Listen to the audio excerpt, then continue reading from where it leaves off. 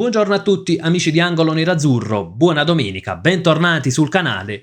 Inter Cremonese finisce 4-1 in attesa della live post partita di questa sera alle 19:30. Torniamo sulla sfida di ieri e su un Inter che ha vinto e per tanti versi ha anche e soprattutto convinto. Prima di iniziare, come al solito, vi ricordo anche un bel like al video e l'iscrizione al canale se vi piace il contenuto e se volete dare un grandissimo aiuto. Dicevamo, è stato un Inter che ha vinto e convinto, che ha affrontato una Cremonese che ha fatto sicuramente tanti errori, però ecco, non bisogna ridurre il tutto agli errori degli avversari, perché tanti errori sono stati anche degli errori che l'Inter ha forzato. Ecco, a Milano non arrivava una squadra imperforabile, nonostante i soli 4 gol subiti. Sapevamo, l'avevamo vista nel prepartita, per chi se lo fosse perso, ripropongo la classifica degli XGA, prima ovviamente precedente alla partita Inter-Cremonese, quindi la classifica degli XGA aggiornati dopo la quinta giornata, e gli XGA sono quelli che vengono concessi appunto agli avversari. La Cremonese era una squadra che qualcosina concedeva, tanto è vero che era soltanto 15esima in questa speciale classifica. Quindi non ci aspettavamo una squadra che fosse dotata di una difesa granitica, però forse neanche ci aspettavamo di trovare tanto spazio con gli attaccanti. Ecco, soprattutto con Bonni ci aspettavamo comunque un calciatore che si trovava un po' più ingabbiato, che doveva faticare maggiormente per trovare gli spazi, per incidere, e invece a fine partita forse è stato il migliore in campo, o sicuramente uno dei migliori, che conclude addirittura con un gol e 3 assist e tante buone giocate. È stato un Inter che ha approcciato subito bene la partita. Dopo 30 secondi ha avuto già la prima occasione con Frattesi, non è riuscito a capitalizzare l'occasione avuta, però era il primo campanello d'allarme. Dopo 6 minuti l'Inter era già in vantaggio. Ecco, il gol del vantaggio dell'Inter, ci sono sicuramente degli errori della Cremonese, però è la dimostrazione di quanto l'Inter stia mettendo in pratica anche i principi di gioco di Christian Chivu, perché lì c'è la riaggressione alta di Barella. Barella recupera palla, va subito a verticalizzare, trova Bonni. Ecco, quel recupero palla e la verticalizzazione nel giro praticamente di pochissimi secondi è un po' tutto il diktat di Christian Chivu, e è un po' l'esaltazione di quelle idee. Quel recupero palla e la verticalizzazione rapida mette KO la Cremonese in quel frangente. Poi Bonni si troverà in area di rigore, appoggerà Lautaro che poi troverà il gol quasi con un gioco da ragazzi, però ecco, se la Cremonese sbaglia è stata anche l'Inter che ha indotto a quell'errore. Come l'Inter ha portato gli avversari a fare tanti sbagli. Innanzitutto con tanti movimenti, perché ecco, erano due attaccanti che si muovevano tanto, che magari davano pochi punti di riferimento. Bonni bravo a giocare anche spalle alla porta, ecco, non ha il fisico di Pio Esposito, ovviamente non mi riferisco all'altezza, mi riferisco proprio alla struttura fisica, non è quella di Pio Esposito, però lui è stato bravissimo a giocare anche spalle alla porta, anche quando veniva attaccato alle spalle a difendere palla, quindi sicuramente ha fatto benissimo. È stato un Inter che ha indotto la Cremonese agli errori, anche perché attaccava in massa. Ecco, quando l'Inter va in attacco, quando l'Inter sviluppa l'azione offensiva, quasi, ecco, per una squadra come la Cremonese, che naturalmente tecnicamente, con tutto il rispetto, ha dei limiti, quasi viene un po' travolta da quelle azioni offensive, e ad un certo punto poi si è arrivati ad una situazione in cui l'Inter riusciva ad entrare un po' in tutti i modi nell'area di rigore. Già nel primo tempo ha avuto almeno un paio di occasioni, 2-3 occasioni per raddoppiare prima di trovarlo poi effettivamente il 2-0. E poi c'è un altro aspetto che l'Inter ha fatto benissimo e che ha messo in difficoltà la Cremonese, ovvero il pressing alto e la riaggressione. Tante volte Chivu aveva parlato, o meglio in una conferenza stampa aveva parlato di riaggressione sulle seconde palle. Ecco, l'Inter lo ha fatto benissimo e poi ha indotto la Cremonese a fare tantissimi errori anche in fase di impostazione, errori che poi, ecco, hanno portato l'Inter a dilagare.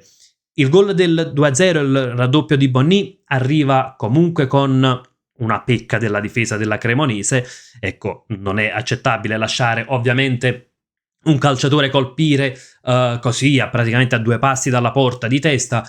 i gol successivi arrivano comunque su errori della Cremonese, anche il gol di Barella, poi c'è un Bonni che serve benissimo Barella di esterno destro, però lì la Cremonese sbaglia, lascia all'Inter la verticalizzazione, lascia un buco dove si inserisce Barella. Ci sono tanti errori sicuramente anche degli avversari.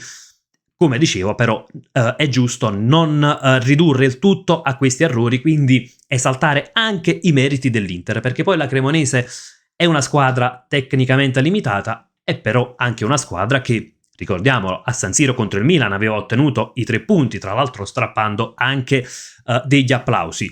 A fine partita però naturalmente ci troviamo con delle statistiche quasi impietose nei confronti della Cremonese, l'XG nettamente a favore dell'Inter, un possesso palla del 66%, 9 tiri in porta a 2, grandi occasioni 11-1, insomma un Inter che ha letteralmente stradominato il match.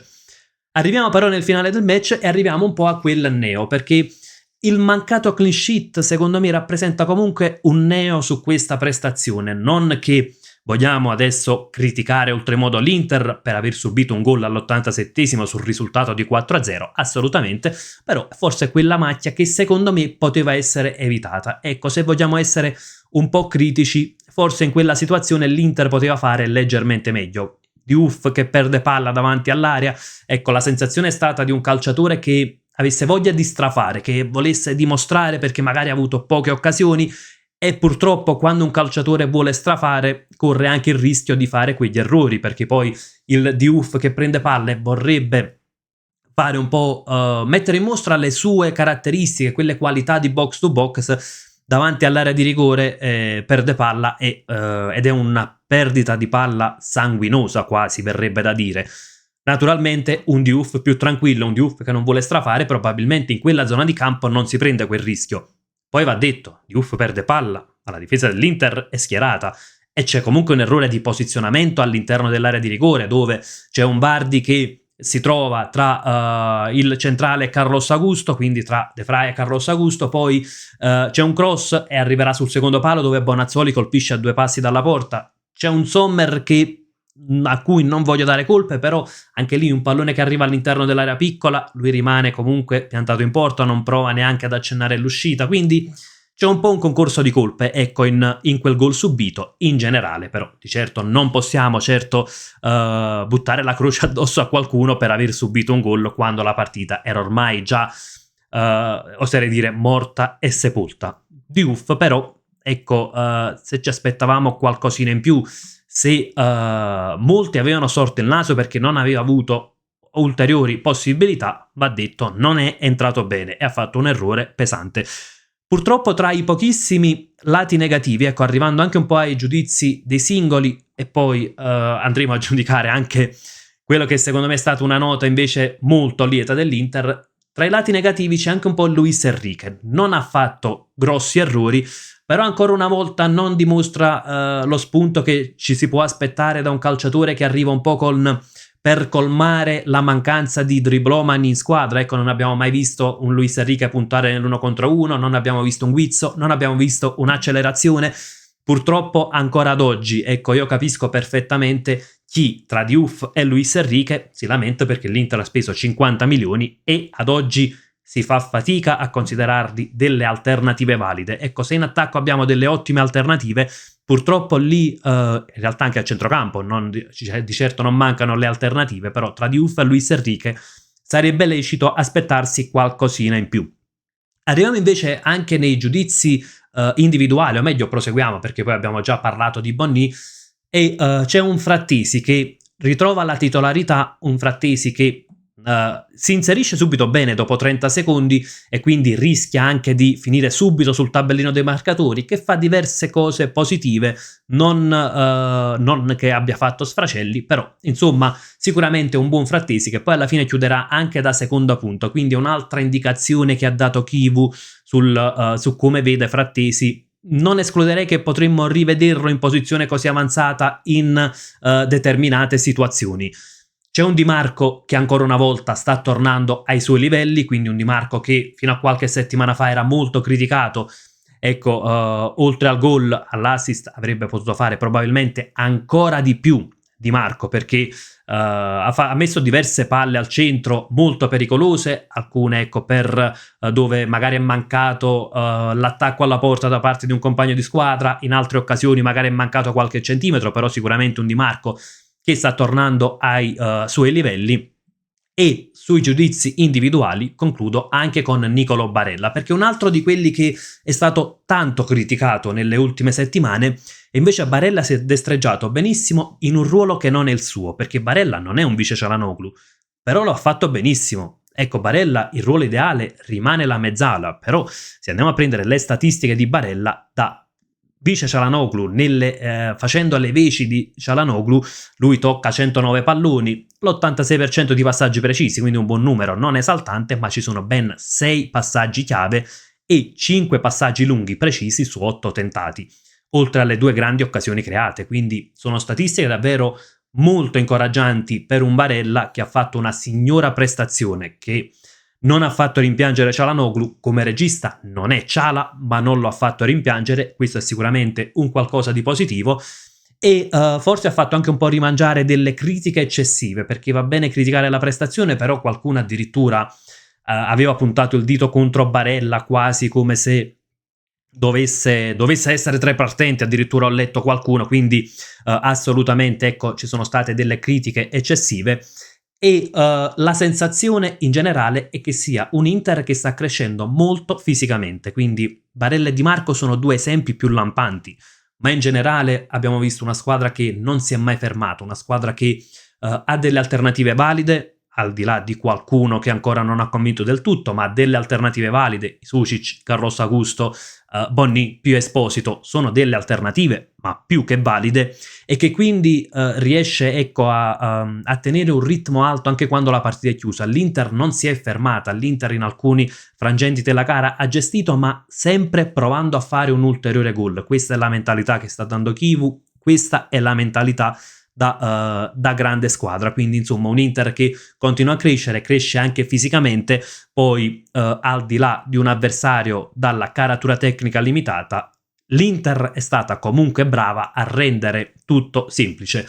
Adesso ci sarà la sosta, poi dopo la sosta vedremo anche quando l'avversario sarà decisamente di un livello di difficoltà più elevato. Ci saranno in campionato la doppia trasferta, quindi Roma e Napoli, che darà tante indicazioni in più, intramezzata tra l'altro da un'altra trasferta di Champions, quella con l'Union Saint-Gilloise, ma insomma è un Inter che sta convincendo, un Chivu che sta facendo benissimo, sta dando una grande mentalità alla squadra, sta gestendo bene il gruppo, anche sia dal punto di vista delle energie, sia dal punto di vista mentale. Ecco, il fatto che cerca di dare opportunità a tutti, parla bene anche di determinati elementi in conferenza stampa.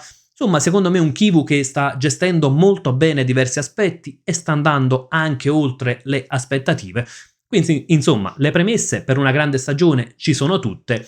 Diamo fiducia a questo gruppo, perché secondo me qualche soddisfazione potremmo togliercela. Ragazzi, fatemi sapere anche la vostra nei commenti, come avete visto l'Inter, secondo voi anche dove finiscono i meriti dell'Inter e dove iniziano i demeriti della Cremonese, perché questo è un altro bel dilemma che proveremo tra virgolette a risolvere anche nella live post partita di questa sera. Ovviamente non mancate. Come sempre io vi saluto con un gran bel Forza Inter.